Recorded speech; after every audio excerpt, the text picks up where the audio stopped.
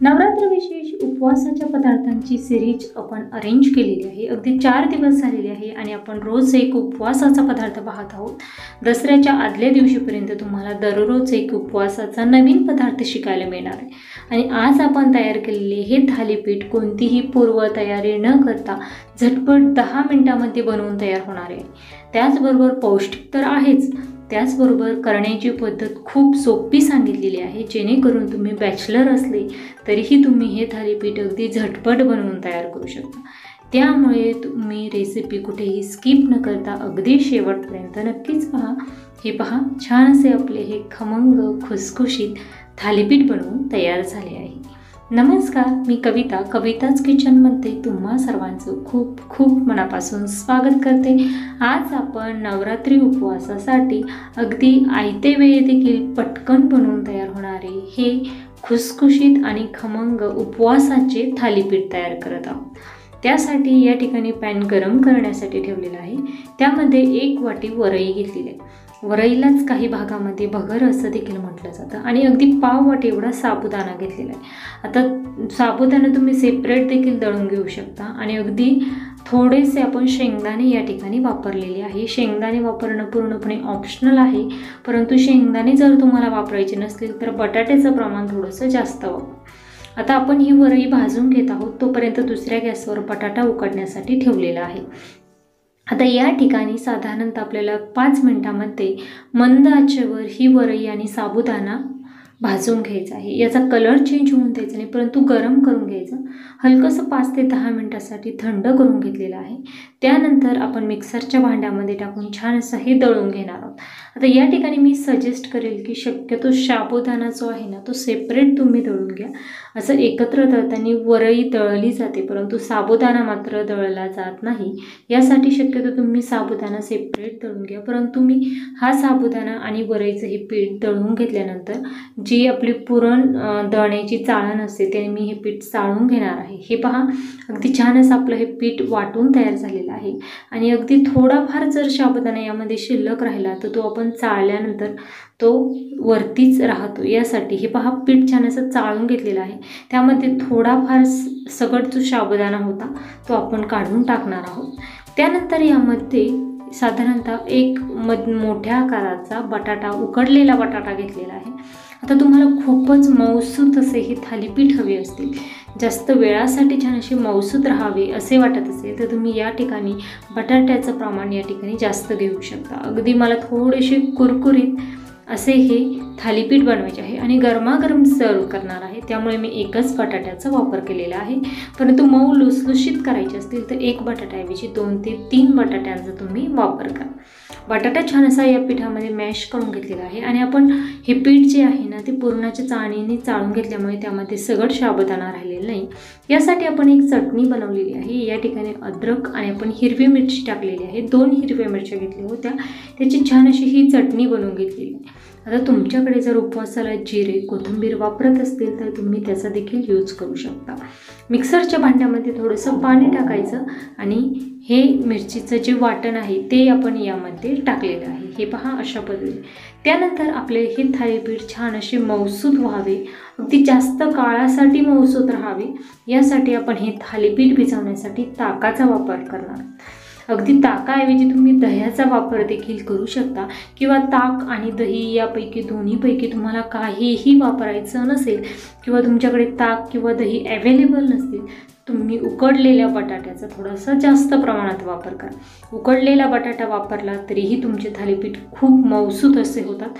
परंतु माझ्याकडे फ्रेश आत्ताच तयार केलेलं ताक शिल्लक आहे, त्यामुळे मी या ठिकाणी ताकाचा वापर केलेला आहे। आणि यासोबत सर्व करताना मी चटणी न करता दह्याचा देखील वापर करणार आहे, कारण मी काल दही लावलेलं होतं आणि ते फ्रेश दही आज माझ्याकडे शिल्लक आहे, त्यामुळे या थालीपीठसोबत मी दह्याचा वापर करणार आहे। त्यानंतर यामध्ये आपण चवीनुसार मीठ टाकलेलं आहे आणि अगदी खूप घट्टसर असं आपण हे थालीपीठसाठीचं पीठ व्यवस्थित असं मिक्स करून घेणार आहोत। जास्त पातळ करू नका, कारण आपण हे थालीपीठ हाताने छान असे थापून घेणार आहोत। ते व्यवस्थित असे थापता यावे यासाठी आपण हे छान असा घट्टसर पीठ करून घेतलेलं आहे। अगदी तुम्ही जर साबुदाणा आणि भगर एकत्र वाटून घेणार असाल तर जास्त बारीक वाटून घेतली तरीही चालेल, काही हरकत नाही, परंतु जास्तच बारीक पीठ करू नका। अगदी रव्यासारखी अशी थोडीशी रवाळ राहिली तरीही चालणार आहे। हे पहा, खूप घट्टसर असं आपण हे पीठ भिजण्यासाठी ठेवलं होतं, साधारणतः 10 मिनिटासाठी हे भिजण्यासाठी ठेवलं। त्यानंतर आपण केळीच्या पानावर हे थालीपीठ छान असे थापून घेणार आहोत। तवा गरम करण्यासाठी ठेवलेला आहे आणि केळीच्या पानावर मी छान असे पांढरे तीळ टाकलेले आहे, कारण नवरात्राच्या उपवासासाठी तीळ हे चालतात, त्यामुळे मी तिळाचा वापर केलेला आहे। याशिवाय तुम्हाला तिळापासून जर तिळाचे लाडूची रेसिपी हवी असेल उपवासासाठी 8 ते 10 दिवस स्टोअर करण्यासाठी, तर तुम्ही तसं मला कमेंट बॉक्समध्ये टाका, मी तुम्हाला ती रेसिपी देखील नक्कीच शेअर करेल। आणि आपण आता गार्निशिंगसाठी हे पांढरे तीळ वापरलेले आहे, जेणेकरून हे थालीपीठ दिसायला खूप सुंदर दिसतात। त्याचबरोबर पौष्टिकतेचा विचार करून आपण यामध्ये पांढऱ्या तिळाचा वापर केलेला आहे। अगदीच तुम्हाला जर अशा पद्धतीने वरील बाजूने लावायचे नसतील तर पीठ व्यवस्थित मिक्स करत असतानाच तुम्ही पांढरे तीळ त्यामध्ये यूज करू शकता। हे पहा, या व्यतिरिक्त तुमच्याकडे जर उपवासाला जे जे पदार्थ जे जिन्नस वापरले जात असतील ते सर्व तुम्ही यामध्ये यूज करू शकता। हे पहा, छान असं आपले हे थालीपीठ अगदी पातळ असे थापून घेणार आहोत आणि साजूक तुपामध्ये हे थालीपीठ खमंग लालसर रंगावर भाजून घेणार आहोत। थोडासा जास्त साजूक तुपाचा वापर करून हे थालीपीठ लालसर रंगावर भाजले की गरमागरम खूप छान असे लागतात। हे पहा, साजूक तूप आपण तव्यावर टाकलेलं आहे, तवा छान असा गरम झालेला आहे। आता यावर आपण हे थालीपीठ भाजून घेणार आहोत। थालीपीठ टाकल्यानंतर अगदी 1 ते 2 मिनिटासाठी तसंच ठेवायचं। त्यानंतर ते केळीचं जे पान आहे ते आपल्याला काढून घ्यायचं आहे आणि व्यवस्थित असं मोठ्या आचेवर हे थालीपीठ भाजायचे आहे।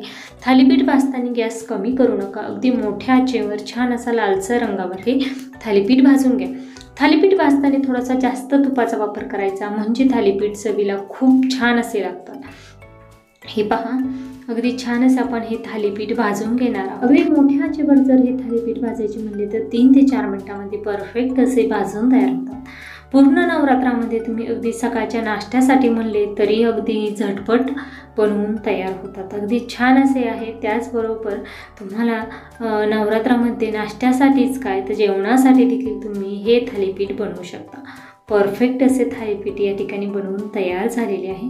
हे पहा, छान असे दिसत आहे आणि मोठ्या आचेवर आपण खूप जास्त तुपाचा वापर करून छान असे लालसर रंगावर भाजून घेणार आहोत।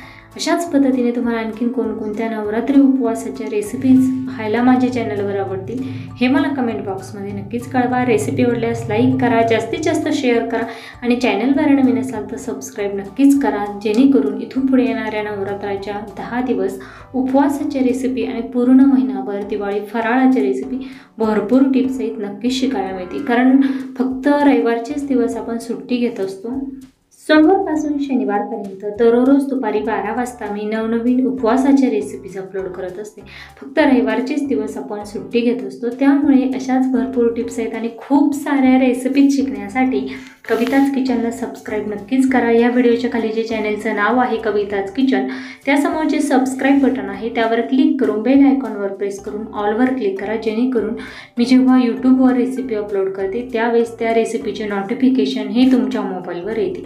हे पहा, छान असे खमंग खुसखुशीत आपले हे उपवासाचे थालीपीठ या ठिकाणी बनवून तयार झाले आहे। रेसिपी आवडल्यास लाईक करा, तुमच्या मित्रमैत्रिणी आणि नातेवाईकांना देखील जास्तीत जास्त शेअर करा।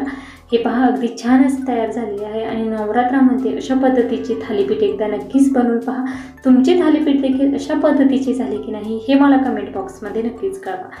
हे पहा, खूप छान असे दिसत आहे, चवीला अतिशय उत्तम असे हे थालीपीठ झालेले आहे आणि कोणतंही पीठ परमिट न करता अगदी झटपट असे बनवून तयार होतात। घरच्या उपलब्ध साहित्यामध्ये बनवून तयार होणारी ही रेसिपी आहे, त्यामुळे नक्कीच ट्राय करा। हे पहा, रेसिपी कशी वाटली हे मला कमेंट बॉक्समध्ये नक्कीच कळवा।